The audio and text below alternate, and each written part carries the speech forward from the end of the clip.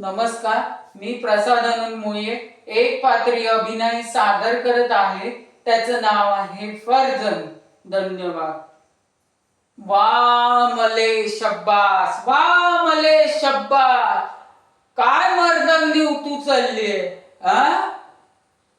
आताच्या घडीला शिवाजी राजांना कळलं आणि आऊसाहेबांना कळलं की आपले बहादर आपली हत्यारांचा वापर आपली शान मिळवण्यासाठी करत्यात. काय अर्थ राहील सांगा ना. सगळ्यांच्या हातात एक एक शेर सोन्याचं कडं घालत्यात आणि पायात 10-10 शेर चांदीचं तोडं घालत्यात. याचाच फायदा आजपासून दुश्मनाने घेतलाय. त्यांना माहितीये मराठी माणसं खेकडं आहे. ते जात मराठी माणूस खेकडा आहे. एकामेकाच्या उरावर बसत्यात, एकामेकाच्या तंगड्या ओढत्यात. भांडायला काय कारण लागत नाही त्यांना.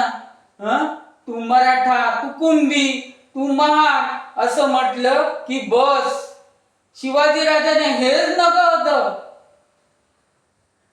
शिवाजी गणोजी गुंडोजी शिवाजीराज बारक्या तू शपथ घेताना रायरे स्वरावरती शपथ घेताना होताना काय म्हणत होतं शिवाजीराज